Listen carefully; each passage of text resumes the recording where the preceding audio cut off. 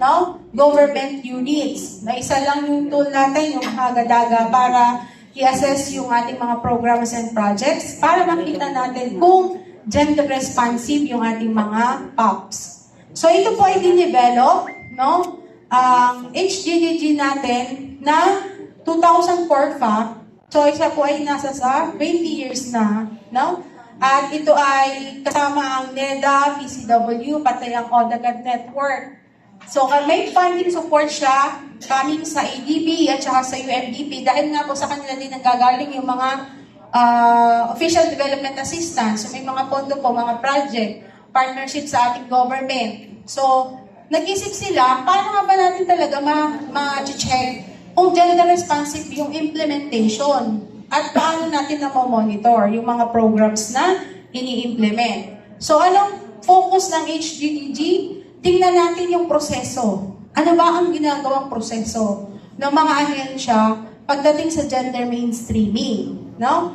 Ano ang mga dinidevelop na strategies? And yung ating mga results. So, paano natin minimeasure? Na-integrate ba yung GW, no? Na context, yung gender equality and women's empowerment concerns in various stages ng ating project cycle. So, tinitingnan. So, sa project identification and design, so doon pa lang, may mga elements na mini-measure kung naisasama natin sa ating proposal. Pag-assess ng projects for funding, sapat ba yung pondo, may pondo pa ito para sa gender mainstreaming, and yung P is a key to women's human rights. So, dapat naiintindihan din natin ng mga kasamahan nating kalalakihan, yung pangangailangan, no? Yung advancement din pagdating sa access sa resources. Medyo madilim lang. And ganun din po kapag natapos ng project, merong project monitoring and evaluation, no? Na tinitingnan tayo. So ano ba yung mga nakalagay po dyan? So sa pag-conceptualize pa lang, may ginawa na ba kayong mga consultation with women and men? And meron ba kayong kinandak na gender analysis para ilabas yung mga gender issues? At syempre, pagka nakita nyo yung mga gender issues, mag-identify kayo doon ng inyong gender equality goals, outcomes, outputs, and strategies na i-develop ninyo. And magkakaroon ng gender gagamitin. Part 2, design checklist. So dito po nakapaloob ang iba-ibang design checklist natin na ginagamit. At part 3, yung PIME, ito yung sa ating pong project implementation, management, monitoring, and evaluation. Ito naman yung part 4, yung FIME, ito naman yung sa mga facilities. So dito, pwede yung i-gamitin para dun sa mga establish ng facilities. So yung ating checklist, meron tayong generic. So kaibahan lang ng generic at sector-specific checklist kung hindi mo siya kabilang sa sector-specific. So, yung generic checklist natin yung ating gagamitin. Yung generic natin po, yan, ini-measure niya yung gender responsiveness ng program or project na hindi lamang kabilang doon sa sector. At yung sector-specific natin, meron na po tayong 19 na sectoral na checklist, no, na naka-design to measure the gender responsiveness ng ating pong mga programs and project. So, sa bawat elements po natin, ay meron tayong equivalent na 2 points. So, 10 elements yun. Kaya po total natin pong points na possible na pwede natin gamitin yan. Natural resource management. So, yung mga po natin sa facilities, pwede natin gamitin yung sa infrastructure. Number 3, no? Pwede natin pong tingnan yon na checklist and plans. Includes gender analysis and of course yung gender impact, yung element 1 to 3 na kailangan ma-ensure ninyo na present doon sa document. Una, participation of women and men in problem identification. So yung mga gender issues na ilalagay po ninyo, mahalaga na nagkaroon kayo ng consultation. Dahil sinasabi ko dito may participation naman ang women and men in problem identification. So, bakit pa natin na-identify na kailangan pala ng female barracks? No? So, may anong mga, nag-meeting ba? paano siya na-decide na kailangan siyang include. So, dapat yun, may papakita natin yun sa document. Generation and use of sex disaggregated data. So, ibig sabihin, meron kayo, pag doon pa lang sa 1 to 2, hindi nyo na nagawa, nahihirapan na rin po kayo. No? Kasi pagka, yun yung gagamitin ninyo sa gender analysis yung mga data and information coming doon sa... Meron po kasi yan, nasa Magna Carta of Women, kasama din po yung pag-create natin ng GAR database. So, dapat may sex disaggregated data. Papasa? So, isasama po natin, no? Sa ating plan, isasama natin yung pag-assess ng ating mga major programs and projects using the Harmonized Gender and Development Guidelines. Para mag-guide po tayo, sa current, po natin, ganito lang yung ating score, no? Meron kayong ngayong mga mitigating strategies na i-develop para make sure natin na nag-increase, no? Kung halimbawa 5 lang, yun nakuha ninyo. So by next assessment, using PMAPE, use a project the tool for budget attribution found in section 1.2.2.2 of this circular to ensure compliance to the Magna Carta of Women. So yan po, no? Yung major programs or projects, no, pwede natin ma-attribute using the HDDG tool. Now, assessing major program monitoring and evaluation.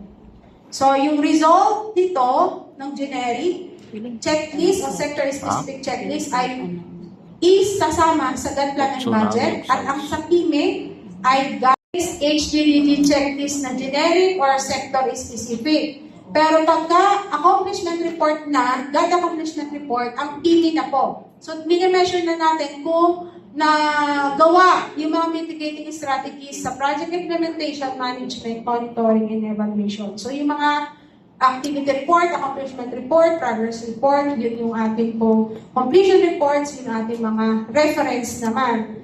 Sa generic or sector-specific, ang reference natin, yung mga proposal, yung mga documents, concept notes, no? So, flagship or major programs ng ating agency may be included, and this is an indication of serious intent. Gender blind pa po yun. So, yan. So, yun lang po yung sabi natin kanina. So, yan, sa participation of women and men in problem identification, yan nga po, yung consultation at the earliest stage of the project, mahalaga po. So, yung sinasabi dito, hindi lang women, pati ang men ay kinokonsult. No? Marks or recommendation, doon yung ilalagay yung mga means of verification. Na nasabi ninyong may score na 2 ang participation of women and men dahil, for example, nag-conduct kayo ng consultation itong month na to sa number of employees and female para sa pag-establish ng ating pong para po, ayan, sino ba yung mga project beneficiaries natin?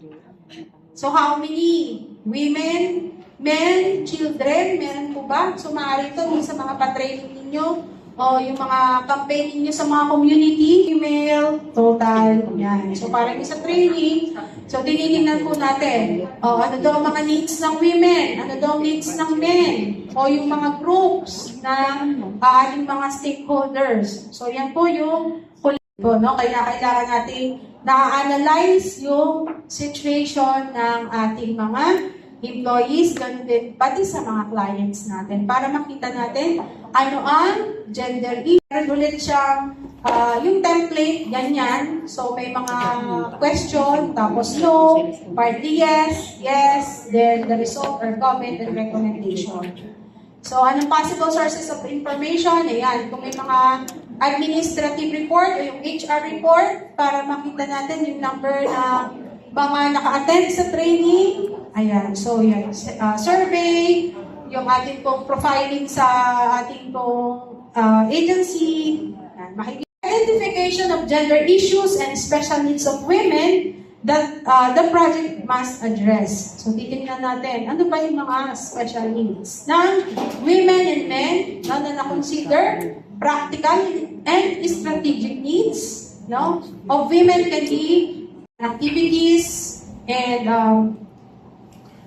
gender analysis. So, ito po sa element 4. So, mag-create kayo ngayon ng goals. Na-identify nyo na yung mga gender issues. Lumabas na dahil ng gender. So, dito, for example, ano yung ating GWE goals o GWE results? So, for example, improve women's welfare or status, ensure women's access to services, promote fulfillment of women's rights, support women participation in decision-making, and promote equality in control over resources and benefits. So, makikita po natin, mula dun sa welfare, no? Pag-intindi dun sa welfare, hanggang access, hanggang capacity building, participation, and control, yung level, no? From practical to strategic gender needs yung ating ina-address.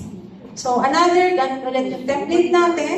No? May mga sasagutan po tayo dito ng mga questions. And ano yung possible natin? Yan.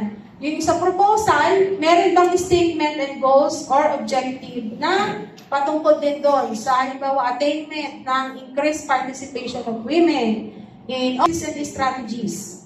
So, does the program or project have activities or strategies that respond to the gender issues identified sa element number 3, no? So, dito naman, anong mga interventions na naiisip ninyo para i-reduce ang gender gaps and inequalities? So, kung may na-identify kayo na gender stereotypes or inequalities, ano ngayon yung ating mga strategies na gagawin o mga activities na gagawin? So, build capacities of the vulnerable and marginalized women. So, lalo na yung mga nasa sa urban poor. So, ano ang mga, ano po natin dito, pwedeng makita natin na magre-reflect siya sa project strategies and activities natin na nag-a-address sa gender issues o kaya dun sa mga implementing guidelines na ginagawa po natin. Kung may mga implementing guidelines. Sa 7, ito na po yung sa monitoring indicators and targets. So, ngayon, i-monitor ninyo ano ba ang mga indicator of success ninyo and target, no? So, which include the reduction of gender gaps or improve yung women's participation. Kaya nang na-mention na kanina, ating plan coordination with agency plan. So, dapat ano po siya, aligned sa ating agency plan.